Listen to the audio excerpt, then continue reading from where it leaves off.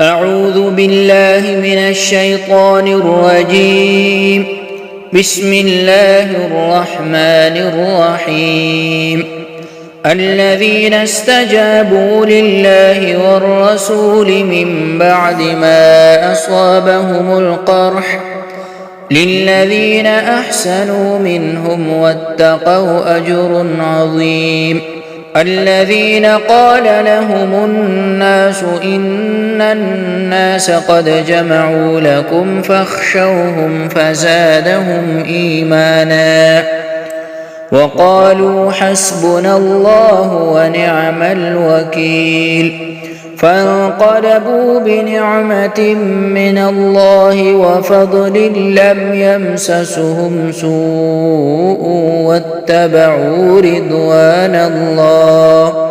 والله ذو فضل عظيم. إنما ذلكم الشيطان يخوف أولياءه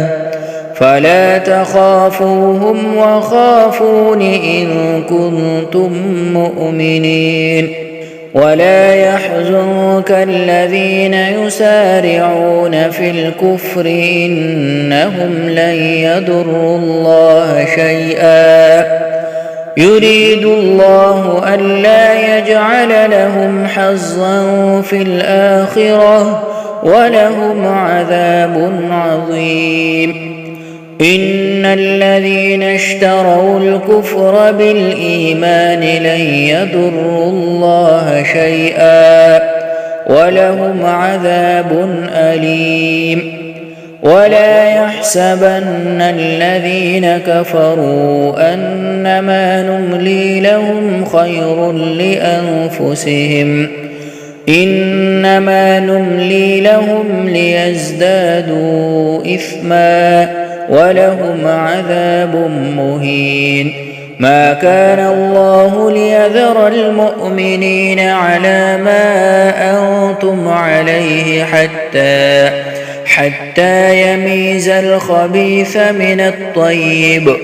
وما كان الله ليطلعكم على الغيب ولكن الله يجتبي من رسله من يشاء فآمنوا بالله ورسله وإن تؤمنوا وتتقوا فلكم أجر عظيم. ولا يحسبن الذين يبخلون بما آتاهم الله من فضله هو خيرا لهم بل هو شر لهم سيطوقون ما بخلوا به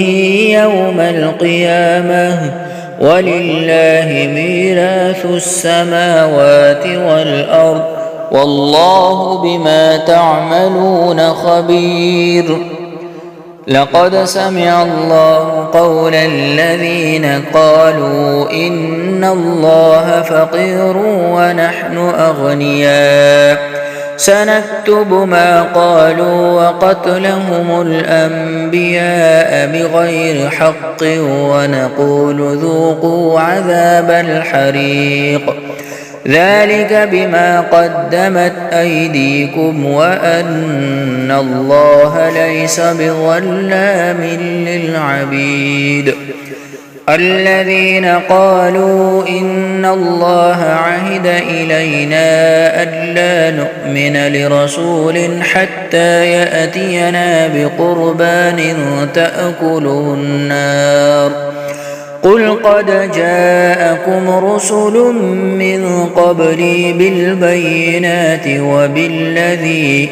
قلتم فلم قتلتموهم إن كنتم صادقين. فإن كذبوك فقد كذب رسل من قبلك جاءوا بالبينات والزبر والكتاب المنير. كل نفس ذائقة الموت وإنما توفون أجوركم يوم القيامة فمن زحزح عن النار وأدخل الجنة فقد فاز وما الحياة الدنيا إلا متاع الغرور لتبلون في أموالكم وأنفسكم ولتسمعن من الذين أوتوا الكتاب من قبلكم ومن الذين أشركوا أذى كثيرا وإن تصبروا وتتقوا فإن ذلك من عزم الأمور وإذ أخذ الله ميثاق الذين أوتوا الكتاب لتبيننه للناس ولا تكتمونه فنبذوه وراء ظهورهم واشتروا به ثمنا قليلا فبئس ما يشترون لا تحسبن الذين يفرحون بما أتوا ويحبون أن يحمدوا بما لم يفعلوا فلا تحسبنهم بمفازة من العذاب ولهم عذاب أليم ولله ملك السماوات والأرض والله على كل شيء قدير إن في خلق السماوات والأرض واختلاف الليل والنهار لآيات لأولي الألباب الذين يذكرون الله قياما وقعودا وعلى جنوبهم ويتفكرون في خلق السماوات والأرض ربنا ما خلقت هذا باطلا سبحانك فقنا عذاب النار ربنا إنك من تدخل النار فقد أخزيته وما للظالمين من أنصار ربنا إننا سمعنا مناديا ينادي للإيمان أن آمنوا بربكم فآمنا ربنا فاغفر لنا ذنوبنا وكفر عنا سيئاتنا وتوفنا مع الأبرار ربنا وآتنا ما وعدتنا على رسلك ولا تخزنا يوم القيامة إنك لا تخلف الميعاد فاستجاب لهم ربهم أني لا أضيع عمل عامل منكم من ذكر أو أنثى بعضكم من بعض فالذين هاجروا وأخرجوا من ديارهم وأوذوا في سبيلي وقاتلوا وقتلوا لأكفرن عنهم سيئاتهم ولأدخلنهم جنات تجري من تحتها الأنهار ثوابا من عند الله والله عنده حسن الثواب لا يغرنك تقلب الذين كفروا في البلاد متاع قليل ثم مأواهم جهنم وبئس المهاد لكن الذين اتقوا ربهم لهم جنات تجري من تحتها الأنهار خالدين فيها نزلا من عند الله وما عند الله خير للأبرار وإن من أهل الكتاب لمن يؤمن بالله وما أنزل إليهم خاشعين لله لا يشترون بآيات الله ثمنا قليلا أولئك لهم أجرهم عند ربهم إن الله سريع الحساب يا أيها الذين آمنوا اصبروا وصابروا ورابطوا واتقوا الله لعلكم تفلحون بسم الله الرحمن الرحيم يا أيها الناس اتقوا ربكم الذي خلقكم من نفس واحدة وخلق منها زوجها وبث منهما رجالا كثيرا ونساء واتقوا الله الذي تساءلون به والأرحام إن الله كان عليكم رقيبا وآتوا اليتامى أموالهم ولا تتبدلوا الخبيث بالطيب ولا تأكلوا أموالهم إلى أموالكم إنه كان حوبا كبيرا وإن خفتم ألا تقسطوا في اليتامى فانكحوا ما طاب لكم من النساء مثنى وثلاث ورباع فإن خفتم ألا تعدلوا فواحدة أو ما ملكت أيمانكم ذلك أدنى ألا تعولوا وآتوا النساء صدقاتهن نحلة فإن طبن لكم عن شيء منه نفسا فكلوه هنيئا مريئا ولا تؤتوا السفهاء أموالكم التي جعل الله لكم قياما وارزقوهم فيها واكسوهم وقولوا لهم قولا معروفا وابتلوا اليتامى حتى إذا بلغوا النكاح فإن آنستم منهم رشدا فادفعوا إليهم أموالهم ولا تأكلوها إسرافا وبدارا أن يكبروا ومن كان غنيا فليستعفف ومن كان فقيرا فليأكل بالمعروف فإذا دفعتم إليهم أموالهم فأشهدوا عليهم وكفى بالله حسيبا للرجال نصيب مما ترك الوالدان والأقربون وللنساء نصيب مما ترك الوالدان والأقربون مما قل منه أو كثر نصيبا مفروضا وإذا حضر القسمة أولو القربى واليتامى والمساكين فارزقوهم منه